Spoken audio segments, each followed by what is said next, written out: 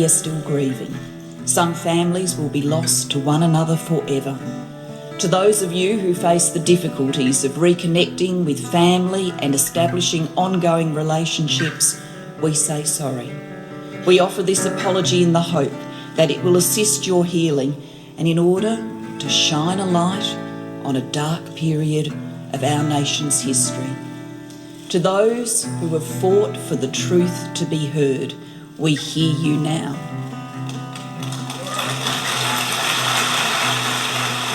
You're listening to Adopt Perspective podcast, a podcast for anyone affected by adoption. I'm your host and president of Jigsaw Queensland, Jo Sparrow. This podcast is a production of Jigsaw Queensland Post-Adoption Support Service. However, the views expressed are those of the people participating and not necessarily Jigsaw Queensland. The podcast discusses adult themes and listener discretion is advised. Today on Adopt Perspective, I'm joined by someone whose story weaves through early foster care, complex family connections, and the enduring search for belonging and identity. Nadia Levett was born in 1982 and adopted at the age of 5 after spending her early years moving between foster homes and biological family members. Her story is unique, layered, and incredibly moving. Some of you might have heard of Nadia, who started her own podcast called the Australian Adoption Podcast back in 2021. Nadia, welcome to Adopt Perspective, and thank you so much for sharing your story. Oh, thank you so much for having me. Nadia, let's go right back to the beginning. What do you know about the circumstances surrounding your birth in those early weeks of life? So, Jo, what I know is, like you said in the intro, is that I was born in 1982 at Sutherland Hospital, and that's about an hour south of Sydney. My birth parents were quite young when they had me and when they got together, and also their circumstances were already quite difficult before I came into the world. So, at around 6 weeks old, I entered foster care. The details that I have are quite sort of fragmented. There's just a mix of family casework files that I received a few years ago, family stories, family friends telling me things, and stories from birth, my birth side and also my adoptive side, and then my own, I guess, attempts to piece it all together. So what I've been told is that when my birth mother, Jackie, she gave birth to me, she threw me onto the floor because she didn't know what I was. So her life was this, deeply complex life. So she was quite fine up until she was about 16, I believe. And then things started to go quite downhill from there. So she was known to police at the time, and she was known in the hospital setting. I'm not too sure whether she had already been in a mental health facility at that age, but things started happening and family were concerned about her. She struggling like severely with mental health, exhibiting signs of schizophrenia and hallucinating. And then, at that age, it was just that. And then with a concoction of drugs, illicit drug use, alcohol, smoking, and then heavy illicit drug use. So there was like a massive drug dependency there. So essentially, the decision to place me in care was initially hers. And the social, like the caseworkers and all the staff and everything that was surrounding her, saw it as more of a necessity for me and a safety issue than outright abandonment.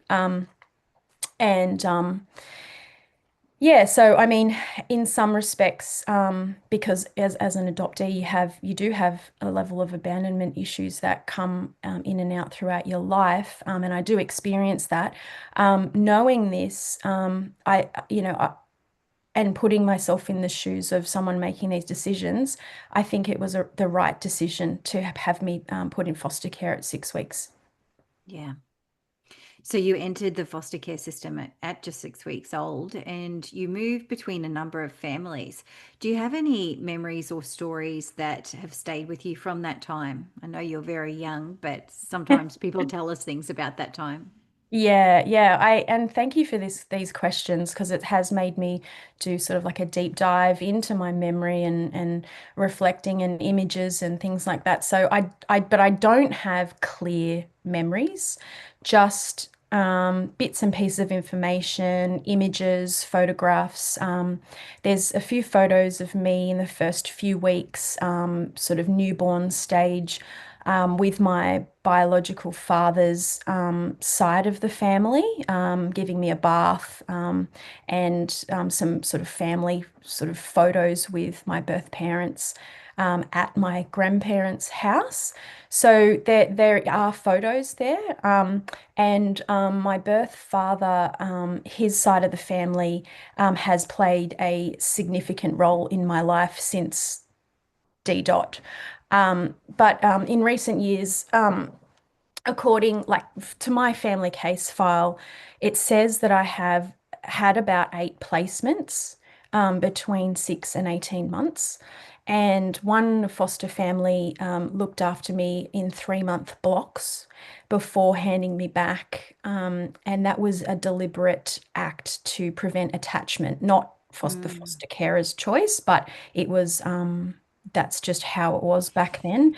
And it's sort of like a strategy that almost feels like clinical, but mm, maybe it was just considered necessary at the time because Jackie, my birth mum, she, would chop and change. She'd want me and then she didn't want me or she couldn't care for me and the situation wasn't safe enough. Um, so me getting attached to foster carers and things like that probably wasn't ideal if there was the plan to go back to my birth parents. mhm. Um, so my foster mother told me about this later, and also reading the case files. It just feels surreal. Yeah. And it's actually just like an out of body experience looking at you that people are talking about you as, clinical observations and things. It's quite interesting. Like it's just a weird space to tap into, like those kind of feelings that you get when you're reading about yourself and you can't connect to it really. Mhm. Um, so yeah, some of it's handwritten which has been quite hard to read. And I've tried to decipher. I've actually typed a lot of it up. I'm kind of halfway through. And a lot of it's been typed up, which is much easier. But yeah, just sort of redoing all of that in chronological order and just trying to make sense of it.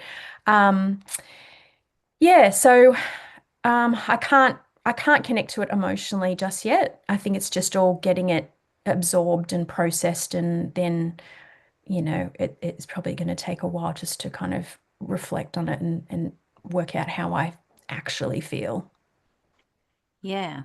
I know how I'm feeling just hearing it. And I know when we go exploring our experiences in a deeper way, how confronting that can be. So I can imagine that there would be some hesitance on your part too in peeling back those layers and connecting with it emotionally. Mm, mm. Can you tell us more about the family who fostered you from 6 weeks to 18 months and what kind of relationship you've maintained with them over the years? Yeah, so I mentioned a little bit before, but of course, I would love to expand on this because, foster carers, although they're short in numbers, they are just the most selfless, loving, giving, emotionally attuned people I've ever met. And one of those people that did look after me, her name was Julie. She's my foster mother. She's just incredible and was just an integral part of my development, both, emotionally, well, mainly emotionally. Um, she was the one that cared for me from 6 weeks to 18 months. And whenever she had to hand me back, she would always put my name down again to care for me again and just wait. Um, and I really loved that. I loved the fact that there was some continuity in my care. Um, And she she told me that I was considered a textbook baby. Mm-hmm. So she was like, "Oh, you were just the textbook baby. We just always loved to have you." And so at the time when I was younger, I just thought, oh, I was just sort of compliant. I was happy-go-lucky and all of that. But now, now just looking back, I'm thinking maybe I was just either a compliant child or I was in a state of Mm-hmm. hypervigilance.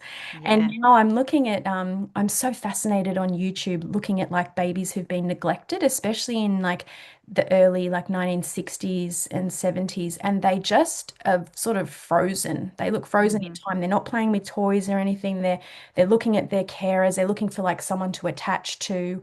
And so maybe, because it was 80s sort of, being raised, maybe they just saw it as I was a textbook baby, but maybe I was just sort of wanting Mm-hmm. to attach to someone and just doing whatever I could just to be completely aware of my surroundings. And so I'll just tell you a little about Julie. Amazing lady. She fostered over 40 children. She had three kids of her own, and her background was in nursing. So she was just, yeah, warm, nurturing, that type of person. I'm really lucky enough to sort of keep her in my life. So not just as a foster mother, but she became family. And Mm-hmm. her husband and kids, that they're all like family. So my adoptive parents became really close friends with Julie and her husband John, and over the years, and then I decided to make them my godparents because I was at church at the time, and in year 9 I got baptized and confirmed, um, and I chose them to be my godparents, as well as another set of parents. We traveled together. We spent holidays together, very close, childhood, well into adulthood. And then she passed away 5 years ago. And I was one of the few foster children who sort of stayed with her life until the very end. So I would visit her regularly in hospital, and see her when she was at home. And at her funeral, they did make a special mention of all the foster babies that she had cared for, and I was mentioned as someone who she kept close to her heart.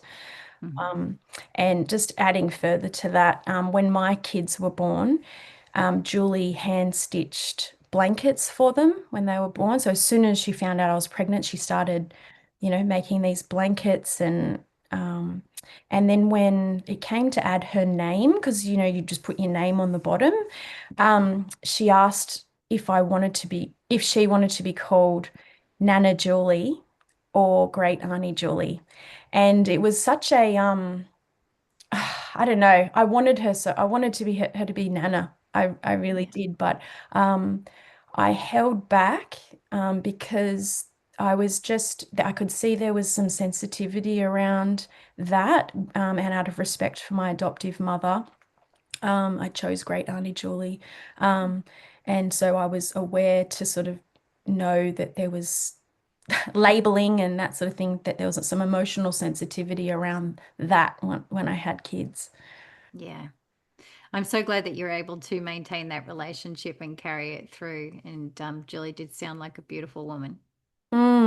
Yep, yep. And her three kids, I will be interviewing them in my season 5, and then they can give their perspective on what it felt like as a Mm. child and having babies sort of coming through the house and that sort of thing.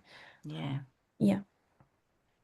So, what do you remember about the transition from being in foster care to eventually being adopted? Um, yeah, I guess yeah, I've had to sort of look back as an adult. As an adult, the transition would have been fairly complicated, and challenging, than it was actually for me at the time. Hmm. Um, there were a few, I know a few things that have happened. So, there was like a mixture of feelings. So when I was 5, it was. uh, they told me that I was really happy and excited. And I even shared the news in kindergarten in my show and tell, saying, like, I now have a mum and dad. And I yelled it out in the classroom, and the teacher got all upset about it. And I didn't really, like, I was so elated and excited. But yeah, I mean, there's so much complexity to that with my. Just with the whole situation of it being adopted. Yeah. Um, and there was some confusion as well. There was a little bit of confusion because I still called my adoptive dad, whose name's Alan, Ali Pie. So I Mhm. had a nickname for him, but I wasn't prepared to say the word dad for quite a long time. So mum was fine. That was okay. But then it came to dad, and thinking maybe because I'd spent quite a bit of time with my birth father's side Yeah. from very early on. So the continuation of that and the frequent visits, and it wasn't just sort of supervised visits or scheduled visits. It was like they were integrated into our life. So it was sort of like, oh, I don't, yeah, the word dad just, it was quite, yeah, strange. Mhm. Um, I didn't start speaking until I was 2. And I thought that was quite alarming because my daughter started speaking at 8 months. And I was like, Mhm. whoa, that's quite a delay. Like, oh my gosh. So I think I definitely would have struggled with, um, yeah, being vocal and speaking and learning and possibly some social skills and attachment. I remember I was bitten by a sausage dog at a friend's place, and they took me to hospital. I got stitches in my arm, and um, everyone was sort of working out what had happened, and I had like tormented the dog. Like I wasn't all quite there. I was sort of doing things that now I look back wasn't that normal. It's actually Mhm. quite anyway. So and then I told the adults that I'd just been patting it. So I knew how to lie Mhm. at a very early, and I was quite sort of I sort of justified just lying and things like that. So I knew looking back, I knew that was not probably normal. Um, my name also changed a few times. I think it said like I think it started out with Louise and then quickly went to Nadia, and then my adoptive mother liked Danielle, and then it went back to Nadia again, and then so my preschool name was different to my official name, which was Mhm. Nadia Louise Tooth. And I'll tell you a cool part is so my name's Nadia was my maiden name's Nadia Louise Tooth, and my birth father's last name is Booth. Oh, get out. Booth. So it wasn't far off. Yeah. So it was sort of like this, I don't know, like I think my whole life it was just like I just kept finding these things that were positive, like Mhm. synchronicities. And I was like, oh, that's so great. I can add that to. So, yeah, the experience was quite, I don't know, a fairy tale, like idyllic in a sense. Yeah. My adoptive mum, Helen, she started sort of looking after me from 18 months old. Mhm. And she went to docs, and docs had said, "Oh, there is actually a baby that needs like a forever home, or to be looked after for an extended period of time. Why don't you go over to this house?" And it was Julie's house. So mum had met Julie, met me, and then mum just instantly, she just said she just instantly fell in love. I think we just made a lot of eye contact. And I was sort of like a little blondie with blue eyes back then, and we sort of bonded quite instantly and straight away. It was probably just a survival thing for me, to be honest, maybe looking back. Mhm. Um, but my actual adoption wasn't officially finalized until I turned 7, so 1989. So I was born in 1982, so it kind of took quite a while to, I guess, let Mhm. that kind of be finalized. So yeah, so challenging time for both my adoptive parents and birth parents because my birth mum, Jackie, kept changing her mind. Um, so she wanted me, and like I said before, she just, couldn't really just couldn't care for me in a proper sort of sense. I think in her mind she thought she could do it, but just the environment she was in, and she wasn't showing any signs of changing. The schizophrenia sort of makes her believe that she's not sick, and even to this day, she doesn't think she's sick, even though she is, and she will get really angry and aggressive if you challenge that she has sort of this sort of condition. Um, yeah. Sorry, it's so long, but I will mention again that so mum told me that she showed up one time at the house quite unwell with a friend of hers, and she was demanding to hand me over. And that was quite a scary time for my adoptive mum. She had to call docs and the police and that sort of thing. Yeah. We couldn't then give out we couldn't give out our address for fear that she would just sort of show up. So yeah, there was monthly supervised visits for a few years, but I just wasn't attached to her, and I was quite distant. So like the report said that I showed a lack of interest, and that really frustrated Jackie. She wanted me to be sort of this compliant child and do what she wanted me to do, do what she wanted her to do.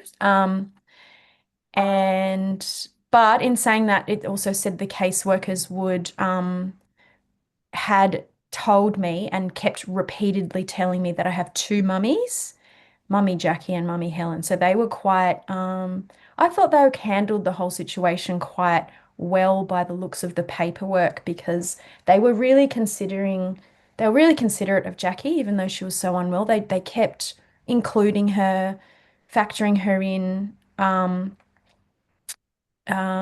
and it would have just been it just took a while for them to kind of realize, well, no, she's got this condition and it's lifelong, and she's still doing drugs and she's still not taking her medication. So therefore, we have to make this kind of decision. And Mhm. also, Trevor, my birth father, and Jackie they had split up not long after. So it just made it, yeah, even more important for me to have that permanency and stay with my adoptive mum, Helen. Yeah. Yeah. You described in your podcast as growing up feeling special, which is a term that lots of adopted people I've spoken to have been told, including myself. It was a word given to me more so than me feeling, but you felt special for having four sets of parents and eight sets of grandparents. And the term special can be quite loaded in the context of adoption, because sometimes it can feel like a burden or a negative for an adoptee, and sometimes it's a positive. How would you describe its meaning to you, and what do you think helped you frame your experience in that way from when you're a child? Mm. Yeah, I think maybe because I have had a really, really positive experience. So the words to me don't feel loaded or emotionally charged, or I'm not emotionally kind of invested in like they were quite easy words to understand when I was a kid. And yeah, I genuinely did feel special. I felt lucky to be in the situation I was in. I think because I knew that if I had have gone back to my birth mother, it just would have been an absolute disaster. Like it seemed like a no-brainer to me that that they had made the right decision.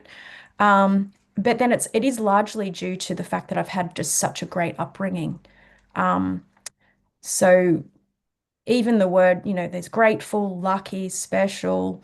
Um, um, I didn't like the word spoiled, and I'll talk about that in a sec. But yeah, I understand now as an adult and interviewing other people that my experience is actually completely different to a large majority of other people's experiences. So I kind of feel, yeah, I'm at the other end of the bell curve, so to speak. But those words, I just have, there's no negative connotation whatsoever. Because the love that I received, was unconditional. And I was literally free to roam and evolve at my own pace. The environment I grew up in was safe and comfortable. I had a great supportive network. I went to a great school, had amazing friends, friends that I grew up with in the street. And I was exposed to amazing sports coaches who helped me do well through sport. So that kept me out of trouble. Went to church. Um, and but I also can see the other side of it now. So I understand the adoption community. If they haven't had a good adoption experience, then that it's naturally that they would struggle with those words. I can only speak on my experience, um, and yeah, I understand that adoptees can feel like that they've been asked to be grateful for something that they had no say in. I never sort of, my parents never forced me to feel grateful. I just have naturally felt this whole time. Um, so for me, having those sort of different layers of family, it actually felt like a privilege and it was like adding to my life, not subtracting. Um, I mean, it's not like I didn't face any challenges. Um, but because a lot of some family or people that didn't really know me or know who that I was adopted would call me spoiled, like a spoiled brat or a spoiled child, and I think that that has something to do with being an only child, and that affected me more. So I, even though those words that you used weren't charged for me, the word spoiled was charged for me Hmm. because I think people had this assumption that, oh, she's an only child, so she's got, only child syndrome. Um, she gets everything she wants. What's she got to complain about type thing. But they just didn't, know what was lying beneath the surface, really. Yeah. Yeah.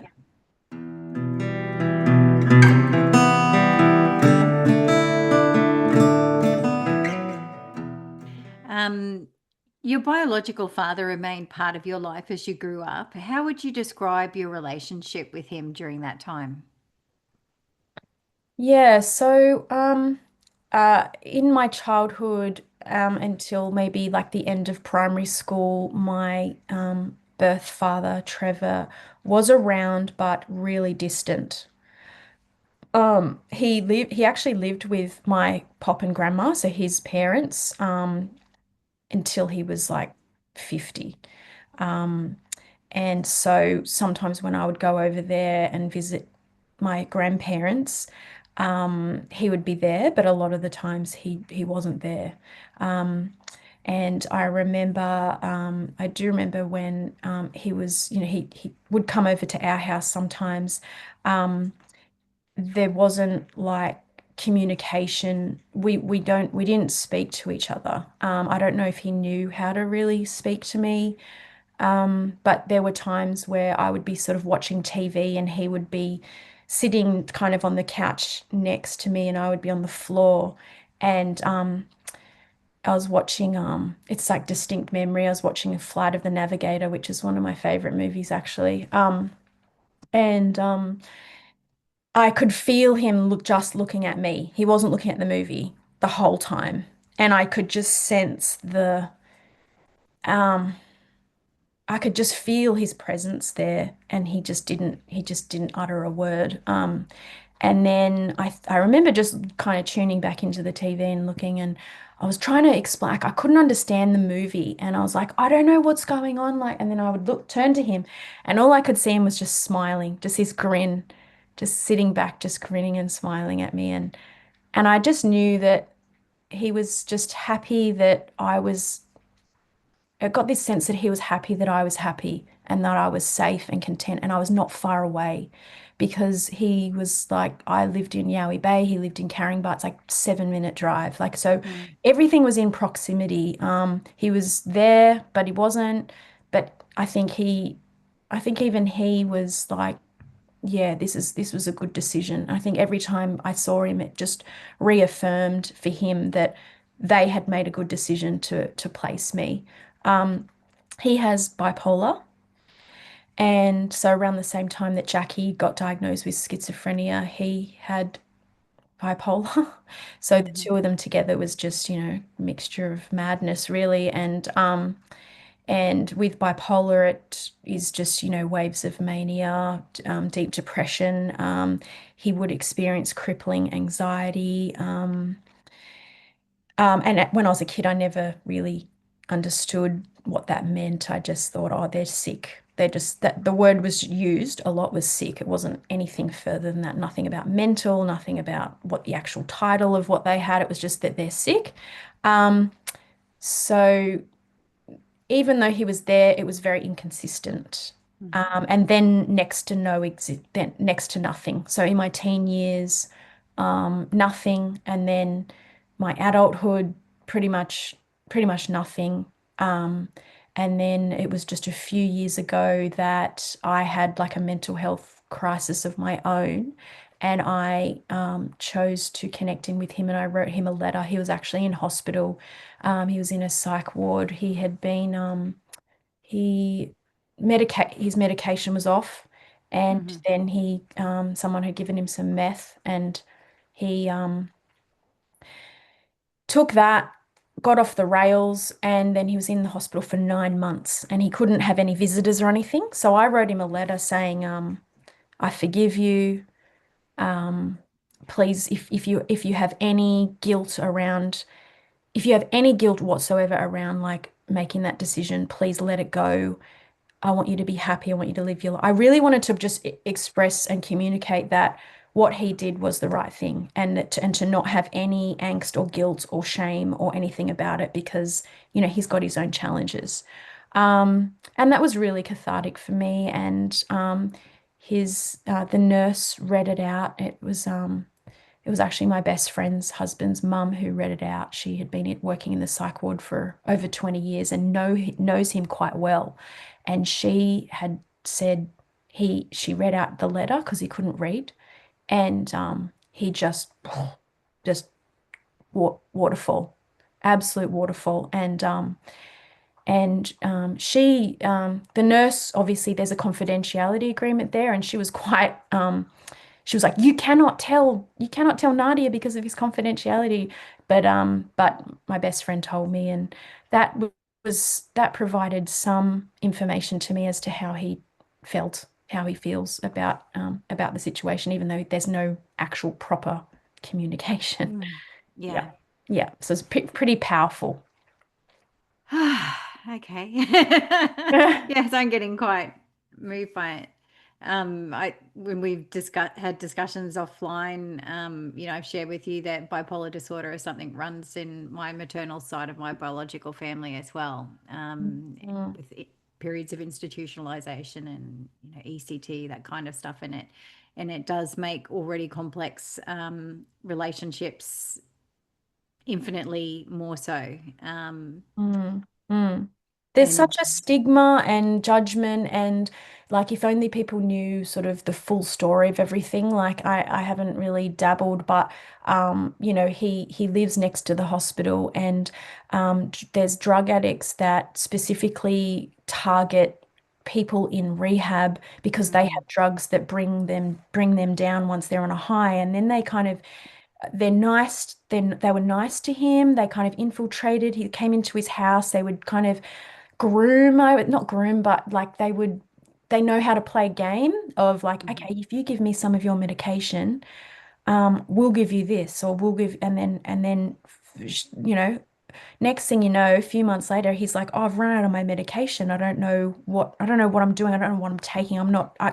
He mhm. lost track of Yeah. of it. And then he would look in his fridge, and my auntie is his guardian, and She puts all food and stuff in the freezer and always tops him up and looks after him really well. And then these people come in and they like eat his food. And yeah, so it's like, yeah, there's some, yeah, the full story is that he wants to stay on track the whole time, but then it's very easy to just get off the rails. And yeah, Yeah. I just really feel a lot of sadness and empathy and just love for him and his hardships.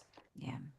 I love that you gave him that letter. I had not a letter, but a similar discussion with my birth father as well, because I could see how it impacted his life, and I sort of absolved him of that guilt. Turns out you don't need to carry that around. Doesn't help me. It doesn't help you. And he was really upset as well. I could Mm. see like the weight falling off of his shoulders in a lot of way, the guilt and shame he carried around.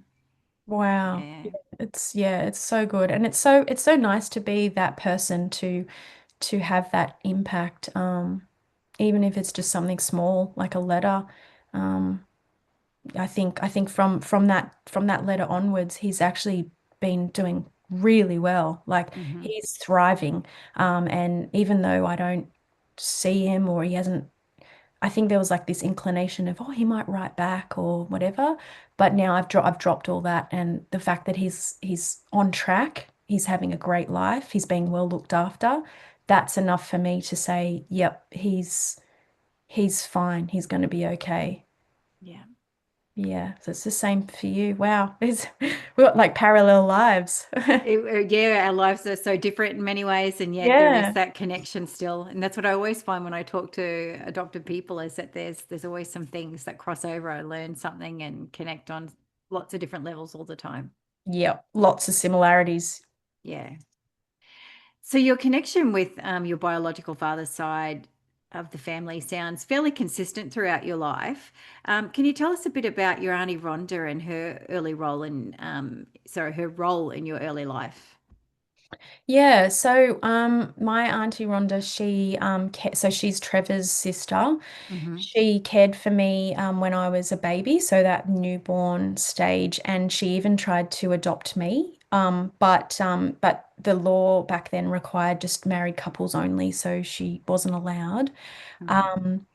Um, so even though adoption wasn't possible in her scenario at that time, the connection with her, my pop, my grandma, Auntie Jill, um, it just continued. It wasn't frequent, it was sort of ad hoc, but it was just there. The connection line was there. Um, and Auntie Jill, they've got kids, so I've got cousins on that side, and then they've got kids with their own families. We sort of keep up with each other online and share updates on each other's lives and spend time together occasionally. One of the cousins, Brett, he shares all of my podcast episodes on his Facebook page. And I love that support because, he's obviously on my birth father's side. So that was just like kind of like reaffirmation of like, oh, like they're not offended that I'm doing this podcast, that they're actually supporting me. And that's just really encouraging. And I've spent Christmases at Jane's place, my cousin, and I've went to her wedding back in the day, and yeah, we're all connected. And my daughter, who's in year 8, and Jane's daughter, who's in year 7, they both go to the same school. Wow. And my Auntie Yeah. Jill, so Rhonda's sister, Auntie Jill, she's my emergency contact at the school because she lives 20 minutes away from the school. So yeah, small but meaningful actions that have been taking place right through my whole life. Yeah. Um, yeah. Yeah. Quite different to sort of my age group's, cohort of adopted persons experience where we were all brought up during the closed adoption era and we didn't have that ongoing contact with anyone like so we weren't allowed to know who they were. Very different scenario. Um, so I'm wondering how your adoptive parents navigated your ongoing connection with your side of with that side of your biological family. Yeah, so from the very beginning, my adoptive parents knew it was super important for me to maintain contact with my birth father's side. This was actually advised by docs as well. They honored that commitment. They took on the advice of from docs, 100%. They just Mhm. went all in.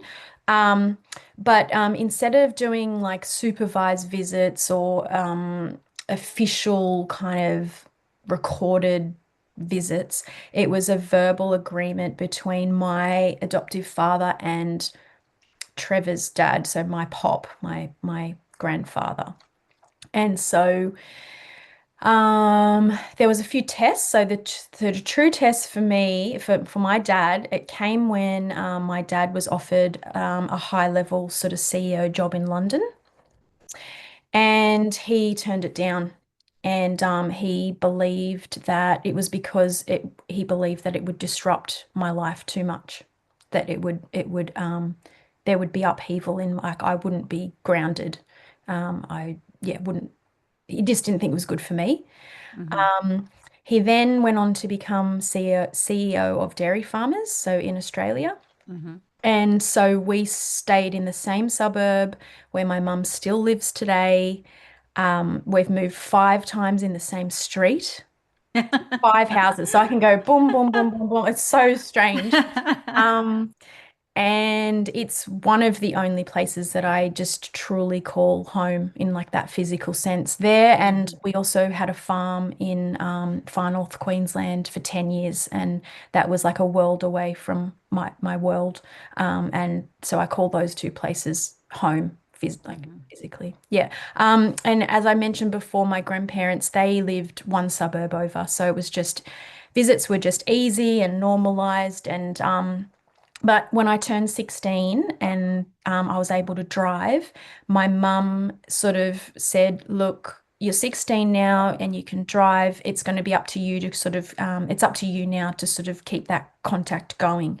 And I was like, Mhm. "Oh, yeah, yeah, yeah, that's great, that's great." But then between 16 and 24, unintentionally, my focus just shifted. And I lost kind of, there's like, yeah, what, 8 years of just Mhm. lost complete contact. Um, and I think that was around the same time that I had reconnected with my siblings. Mhm. Well, that was my next question. So, Ah, and also very natural at in that age group too, 16 to 24, to just be focused on your friends and your life and not be thinking about family and connection and understanding how important that was. yep. Um, but yeah, so at 15, you discovered you had siblings, two sisters and a brother. Wow. What led to this disclosure and how did this discovery affect you? So I found out it happened when I was 15 and um I decided to run away from home. I don't know what was going on. I had a friend who was she was obviously going through something and yeah, I honestly I can't explain it. I can't there wasn't any really rhyme or reason to what why I did it really. Mhm. I just did it and I was gone for a week. I did have a boyfriend at the time that kind of helped because he had a car, and so then I just sort of took off with him and my friend, and we just kind of drove around and stayed at friends' houses, and so that kind of allowed that to happen. But yeah, mum, when I came back, mum and dad were just in a complete panic. They had this sort of intervention as well with a whole bunch of my family and friends and people in the street and a teacher at the school and they sat me down and they said, "Why did you do it?" And all that came out was because I'm adopted. Mhm. And I didn't even know how to even explain that. I I don't even think at the time I even knew what no, there was no words going on except that I was adopted. And so then they called docs again. They were like, "What is going on? How do we help this child?" No, Yeah. how do we help her? And they said, "Tell her she has two half sisters and a half brother." And that just settled me right down. I think I was I think the running away was just an indication of something needs to happen. Like I need to maybe I need to know a bit more about my family on that side without actually saying I need to know about my family.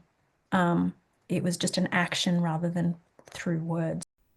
At this point, we're going to just press pause on Nadia's story and we'll pick up the remainder of her story in the next episode. So please listen to Nadia Levett's story, part 2. Thanks for listening to the Adopt Perspective podcast. If you'd like to find out more, go to the podcast page on www.jigsawqueensland.com and you'll find a wealth of information and resources on the website. If you reside in Queensland, you can reach Jigsaw Queensland's Forced Adoption Support Service on toll-free 1800 210313, or you can call Jigsaw on 07 33 58 6666. If you live in another state of Australia, you can still call the Forced Adoption Support Service number and your call will be answered by the Forced Adoption Support Service in the state that you're calling from. In every other state, Relationships Australia operates this service. A big thank you to Matt Sparrow for composing and recording our original theme music. Until next time, I'm Jo Sparrow saying farewell from Adopt Perspective, a podcast for anyone affected by adoption.